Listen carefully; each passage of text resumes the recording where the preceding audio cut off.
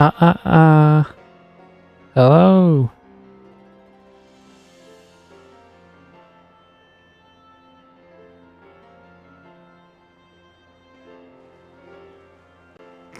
Just figuring out how to stream. Here we go. Hello. Welcome to Paldea. Oh, this is a menu. Welcome to Paldea. Yep. So, of course, Pokémon Scarlet and Violet are released today. And I'm playing for the first time. Yep, so, who was that? This is going to be a discussion about my first impressions of playing for the first time. And starting out this open world, in quotations, I'll get to that, game. So, I've just got past starting the school treasure hunt that was in one of the trailers. And that's basically where you actually get an open world. Before that, you're already railroaded into doing specific things.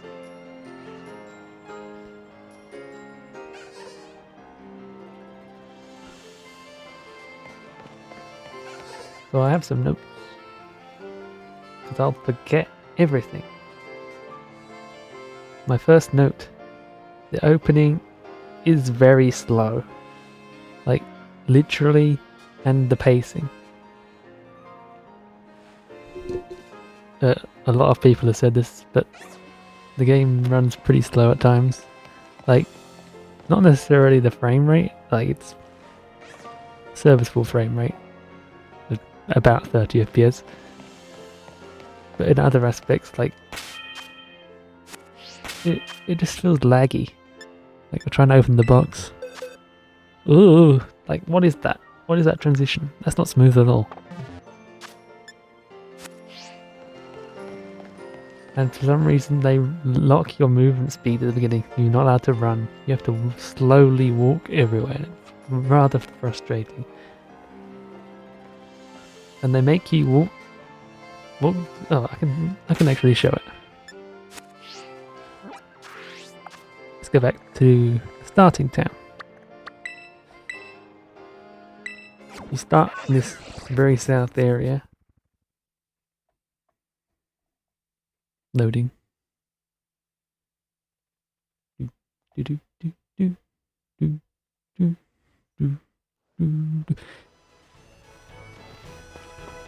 So yeah, you start as you might expect.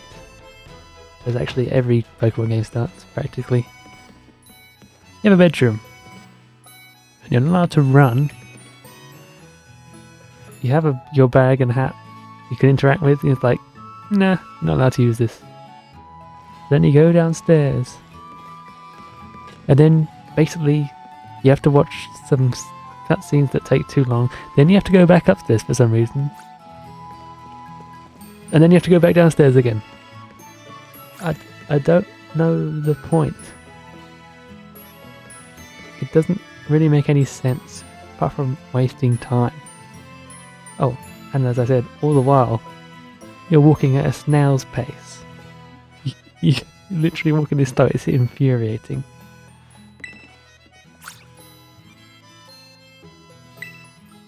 Thanks, useful. We're gonna even like heal me or something. And why do we have a squirrel inside? Anyway, that's besides the point. And then you think, well, maybe it's because we're inside, we're not allowed to run. Well, as we can see, that's not the case. But we've got to know that as you start the game. And then you come outside and you're still stuck. Thinking about it, it was that way until, was it, wait, even Gen 6? I think, even in Gen 6 you had to get the running shoes first. Damn. So it's like that. But this isn't, well, I guess it is. This isn't your fastest running speed, but it wouldn't have been before either. Because not, this isn't really a spoiler, it was shown. Essentially the replacement for the bike. Or the weird deer in Legends Arceus, on the same button.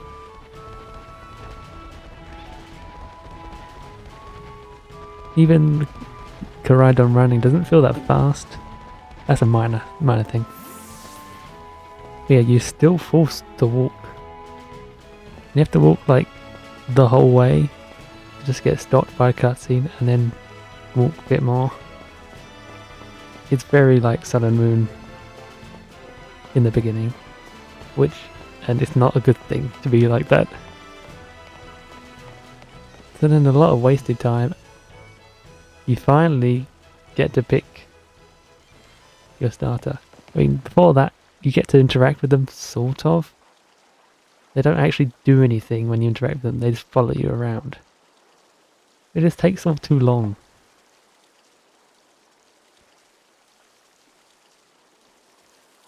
And yeah, it's not even slightly open. I mean, there's like a few items randomly scattered around, like this one. There's no real reason to get them. I mean, a single Pokeball is not really worth going out your way for. Especially when you're walking as well, you're not even allowed to run.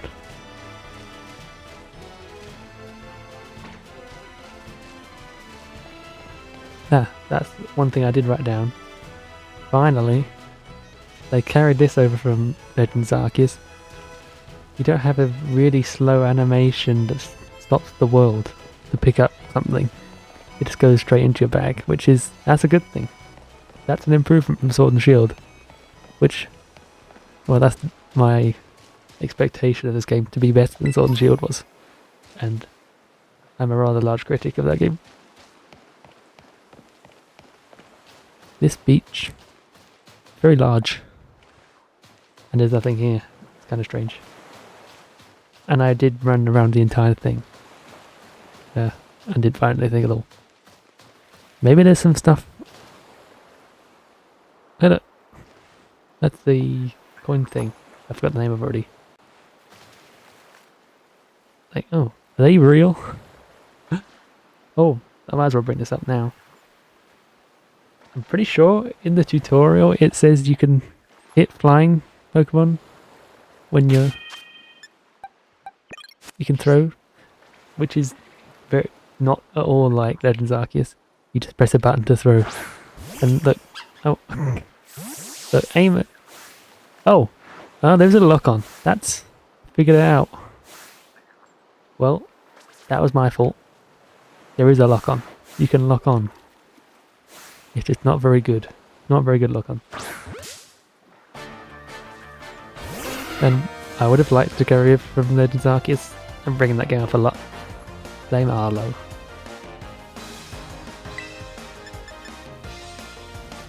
I wonder if Nuzzle will KO. Probably. 120 power. Well, let's try it. Yeah, the thing that I would have liked to carry over is being able to catch Pokemon without battling them. I mean, you can throw Pokeball at it, but you can't catch them. You can only do that to initiate a battle. It's an improvement, for sure.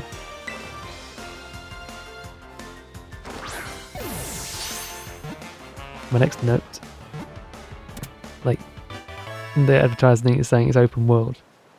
It's not wrong, but you are really stuck for quite a way, like a few hours.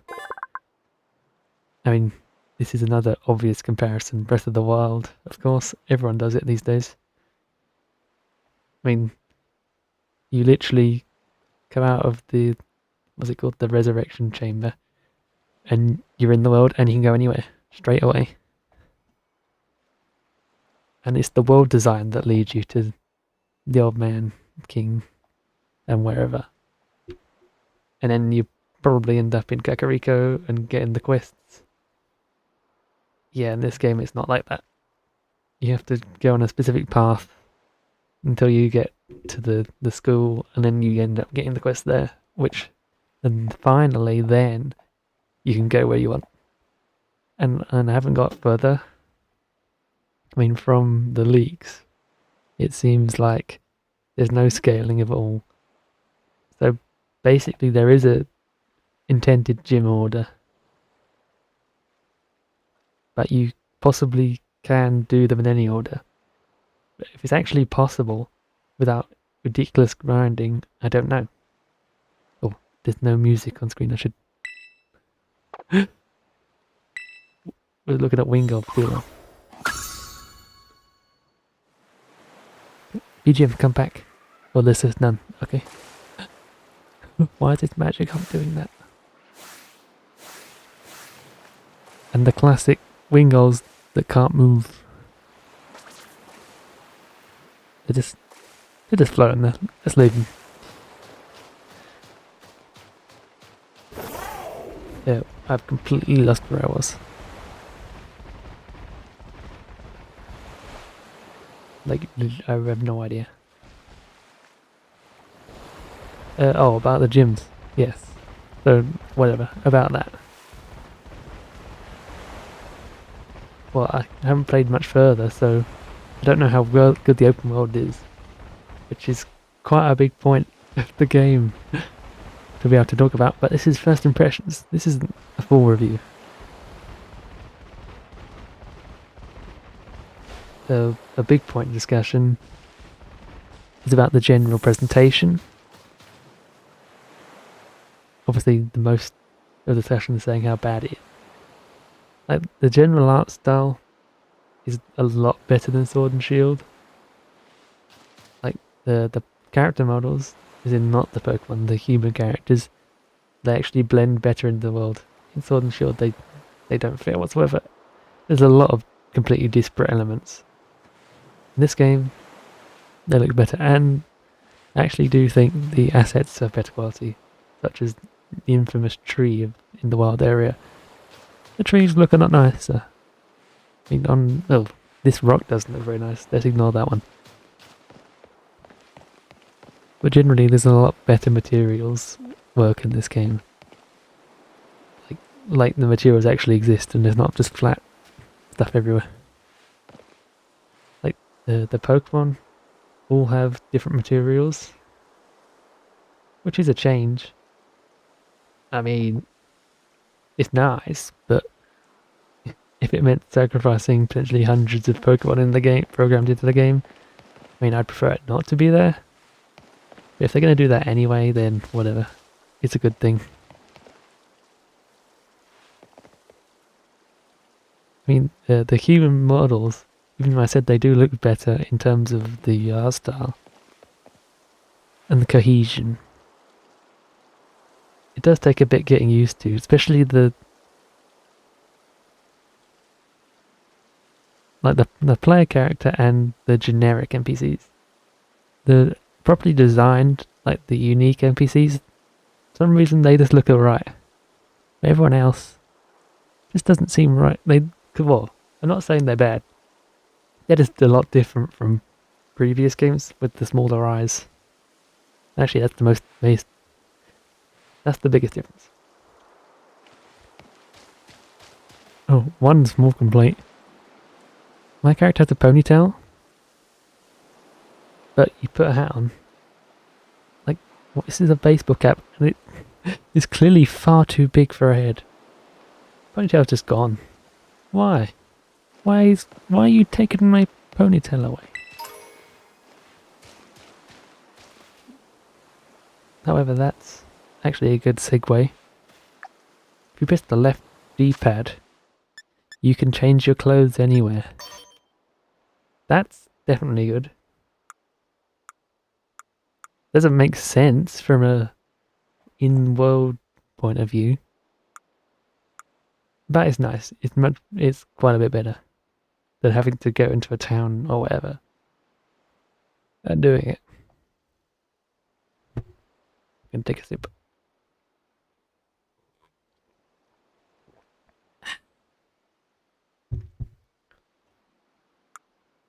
From a gameplay perspective, it's much better. And obviously this is early. There's 4 sets of clothes. It seems like at least there's no separate tops and bottoms. and there might not even be any more clothes other than these four, which would suck. And I'm not exactly pleased with the options so far. Like, you either get these weird socks or these slightly lower socks. Eh.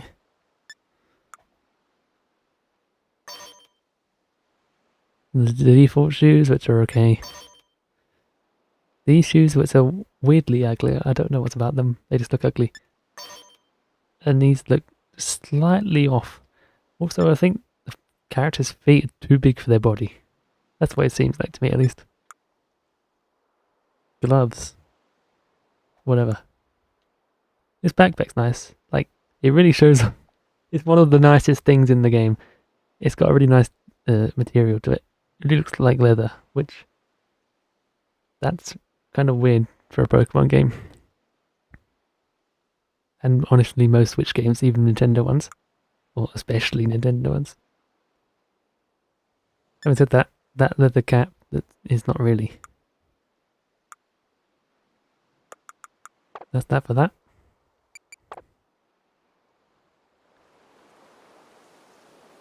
Anything else about the art style I can say? Obviously, this isn't the most beautiful Switch game there is. Obviously, even more obvious, it's not one of the most beautiful games out there in the world. I think it looks okay. It looks a lot better than Sword and Shield. And I don't want to bash on it too much because this is not a Sword and Shield video.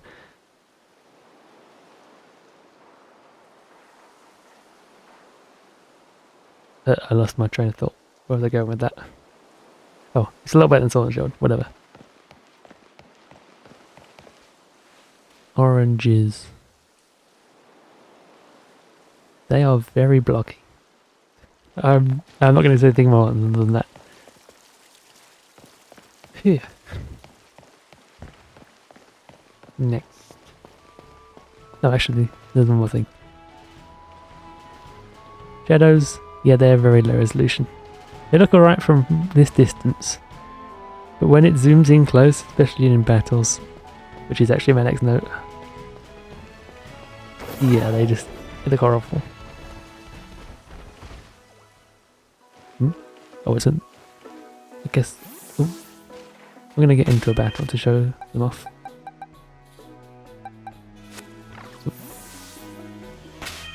No, I'm going to switch up first. My guys don't get over-leveled.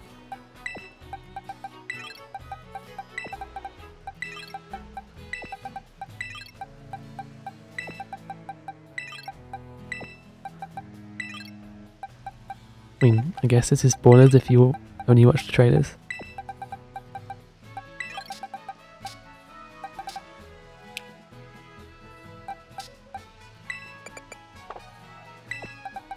Yeah, but yeah, these are using two new Pokemon, Tarantula and Shroodle. I assume Shroodle's a pre-evo to that one monkey thing, the poison monkey. I don't quite know how it's going to go from mouse to monkey. That's quite drastic. And this, what's it called? Spider. Yeah. He's kind of weak. He has no good moves. Like, he's basically the same as his Hoppip. Actually, he's worse than Hoppip. That's impressive. And it's level lower. It's a Hoppip. So he's essentially the regional worm. He's already level 10. Unless I've missed something hilariously. That's not good. I haven't got high hopes. But since he's new, I want to use him, you know? Anyway.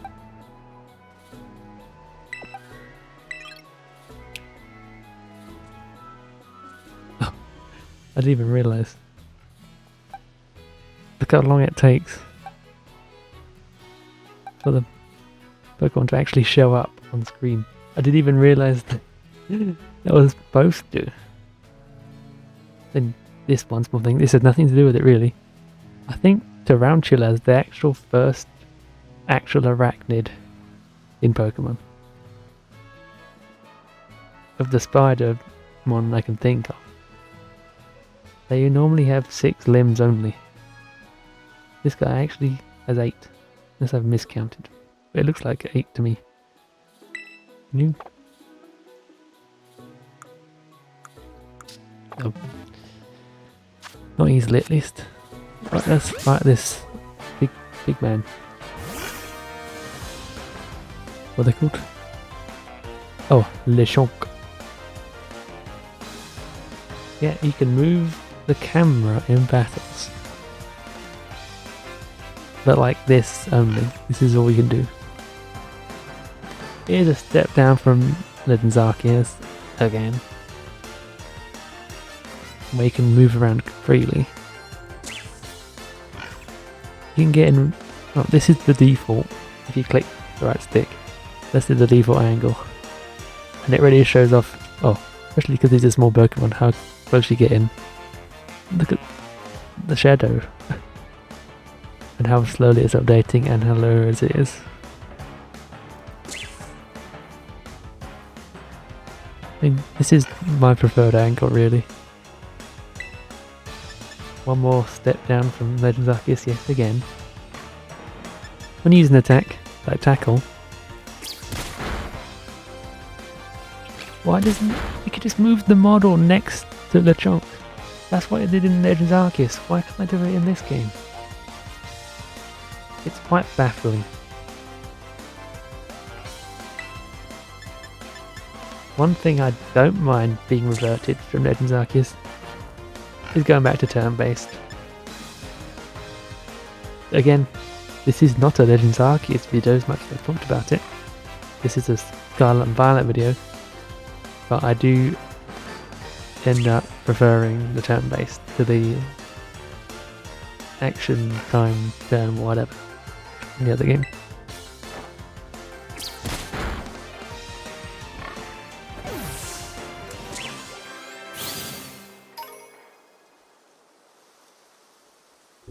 One note I wrote was, at least it doesn't force you to watch Nimona catch a Pokemon first. I don't think they've done... I'm trying to think. When did they last do that? Might have actually been Heart Gold, Soul Silver, so it's not exactly precedent for them to still do that. It felt like that was going to happen. But no, they actually let you go by yourself. And didn't need a tutorial. Speaking of tutorials,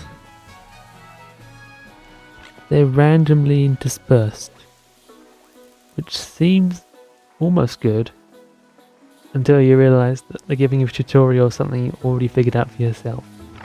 And even the text references it. It's like, oh, you probably already knew that already. Yeah, I actually did. But why did you tell me? I've already done that. Oh, another way there's tutorials in, well, as far as I've learned from the first few, I guess this is a spoiler, in the Pokemon school, as you might expect, but like there's lessons for real. Like it says, this is a subject, and it has lessons. But it turns out, I was like, oh yeah, what is this, like bully? We're gonna do actual classes? No. It's just more tutorials, but even more basic ones. Like, I won't say it, but yeah. It's just the same as what Trainer School was like in all the games it appeared before now.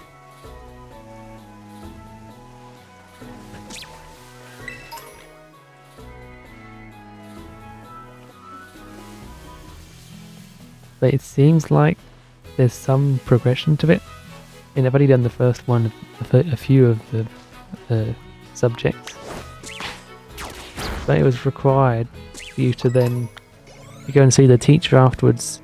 It says you get closer with them, I don't know what the point of that is. I hope there is a point to it. Otherwise, it'd just be a waste of time rather than anything actually useful. Because you don't really need to be taught that a super effective move does double damage.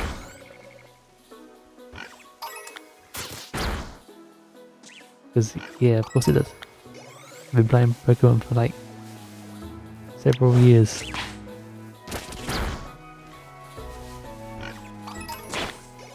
I've been doing it, like, what? Where's he going? I've been using this for a while. They called it Let's Go. Which brings, well, I'll say memories of the Let's Go games. I haven't actually played them, but there's a reason for that. It's called Let's Go. It lets you send a Pokemon to fight without starting an actual battle. Where's he going? Somewhat interesting.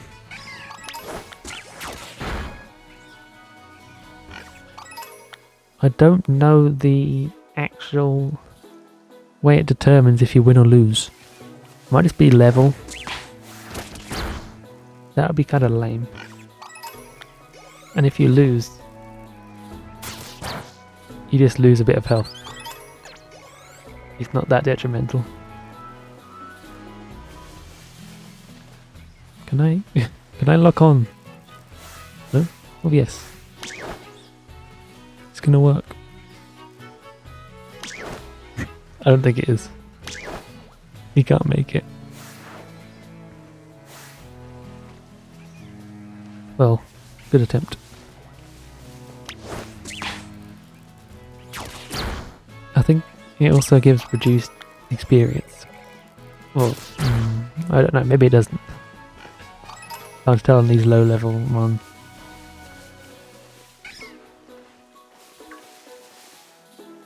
Should move on. I'm not sure what I think about it yet. It might be useful, or I might never use it. It's probably either one. Because there's not much real reason to use it. I don't know if you get items from it. And I haven't actually ever used any yet. They're used for crafting. Yeah, TMs have gone back to single use, so more like TRs in Sword and Shield. Whatever. I mean, if you can craft every single one, that's good. If not only do they craftable, but the materials are actually available, that's good. If they end up having materials that you can barely get for like the actual TMs you probably want, especially in the post game, that would suck and be annoying.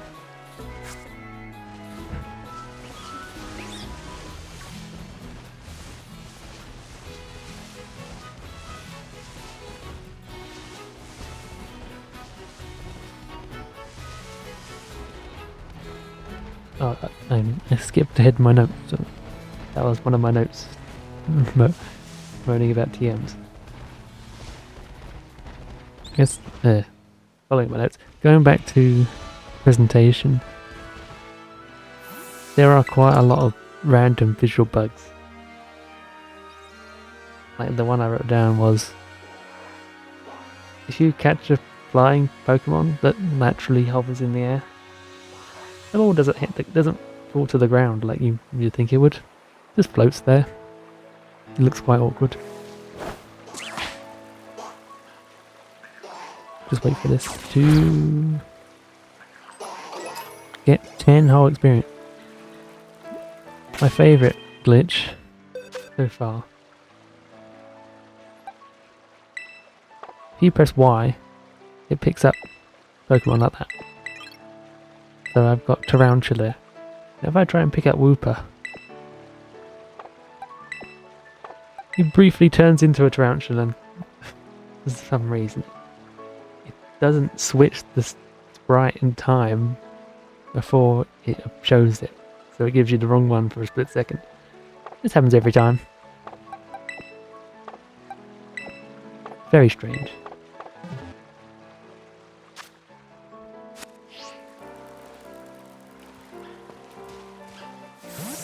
Oops.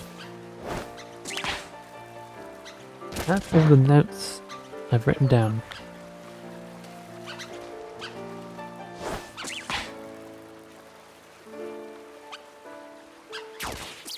Yeah, the frame rate is... It's definitely under 30 at the moment. This feels very not smooth. Rough, that's the opposite of smooth. Level up. Always. Oh dear.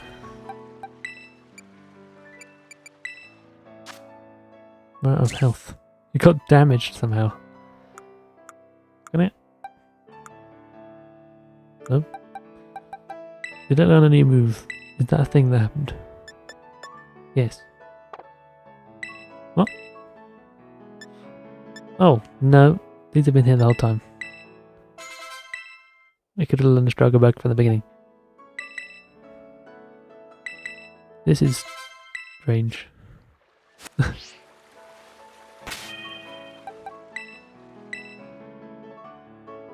this is one point, I guess. Move, forget, and remember the move deleter and the move reminder are just built in to the menu like they were in Legends Arceus. Good change. Because nobody likes... I mean, who likes the move reminder? It was just necessary before. It doesn't make any sense really. There we go. A. No. No! One day I'll get this. Fairy Wind, see? Good move. I don't know why that's not there by default, really. Doesn't seem that necessary.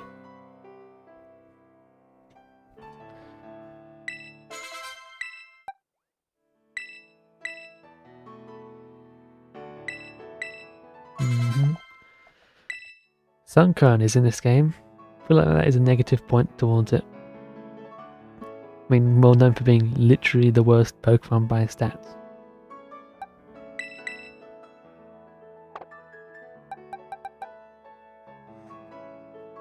Is there anything else that I should bring up?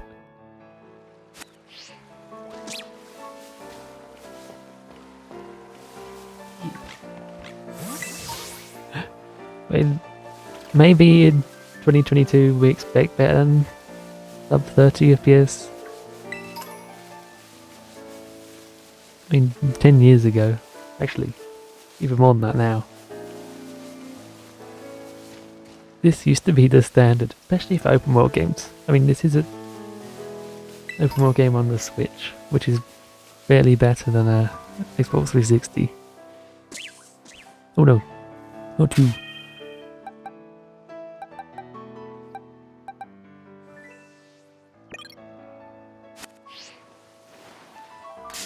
Oh, oops. Yeah, it runs sub 30 a lot of the time. Oh, I can't believe I didn't mention this before. Battles are seamless. You don't have to go into a random other dimension to have a fight. You just do it straight away, and everything in the background just continues. It's nice. Again, Legends Arceus did it first, but it's nice that it's in a proper main series in massive air quotes game. That whole debate draws me.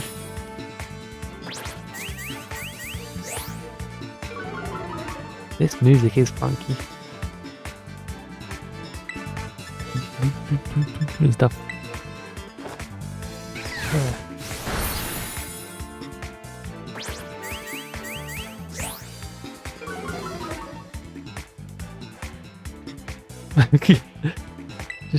just jamming, really. Tackle.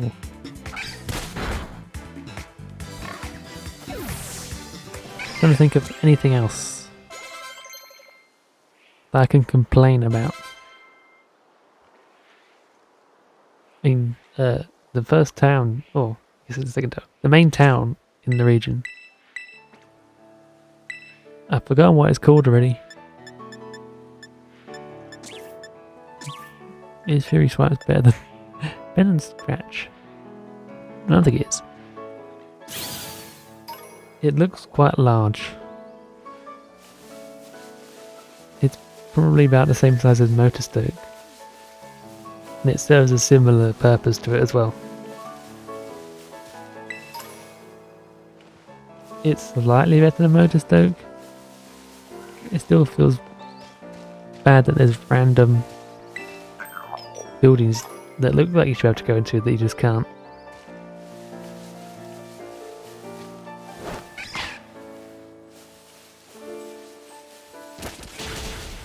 I hope the rest of the game isn't like that. It doesn't seem that way for most of it. But that's what Sword and Shield was.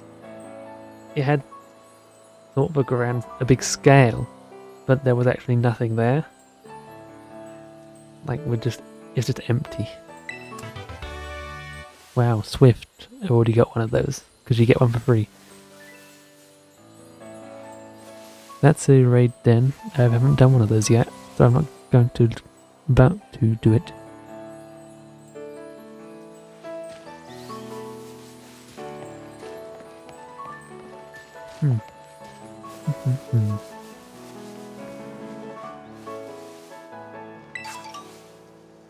Wow, a berry. Anyway, I'm really trying to think now if there's anything I've forgotten. I exhausted my notes.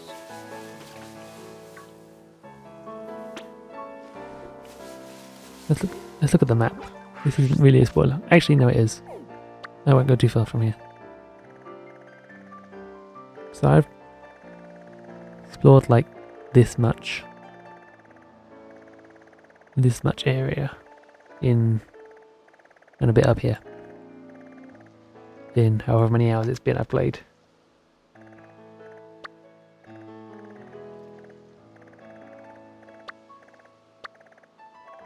So is that good or bad? Well, as I said about the beginning, where you're forced to go slow. Oh, this is definitely something I should mention. Where you meet the legendary. There's this very weird cave you have to go through, at least in Scarlet. It might be different in Violet. It's very weird because it locks the controls for some things. And I don't quite know why. And I ran into a random invisible wall. I don't know why it was there. It disappeared when I went through the other side. But why was it there in the first place? It was very weird. Like, it wouldn't let you open the menu, but you could still throw a Pokeball, like, with ZR. What's happening? Oh, is that mine? Is that my Hoppip? No, it's not. Where is mine? There he is. Yeah, it meant you could still get the battle. Then I guess this is a spoiler, because it's so early. You get into a battle with a level 40 Houndoom, but you can't do anything. You literally cannot do anything. All options say you can't do that. Then when you select battle, you don't even get to select a move. I don't think you do. And then it just ends. Why did that happen? Why didn't it just leave? You could have done a cutscene immediately. That whole section's very weird. The only thing you get out of it is Diglett. If you get lucky. And the game actually lets you catch it.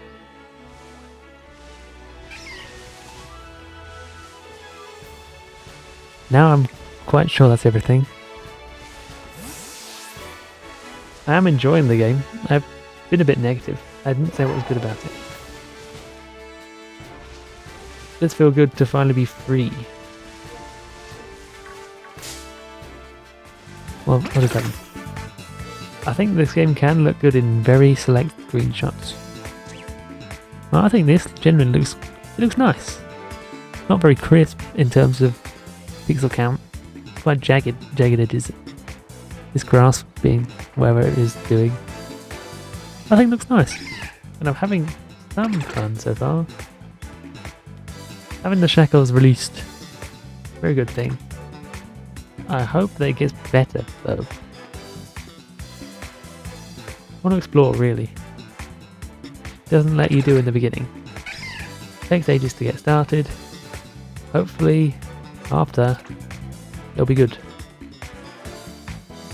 Though I do worry about performance getting worse in later areas. Could be more taxing, maybe it doesn't.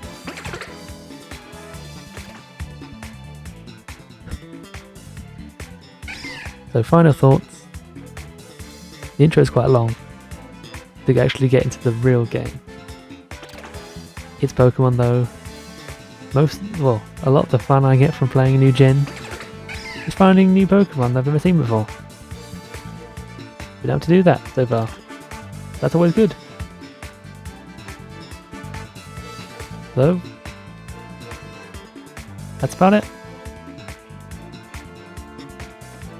That's the end of the stream. Goodbye.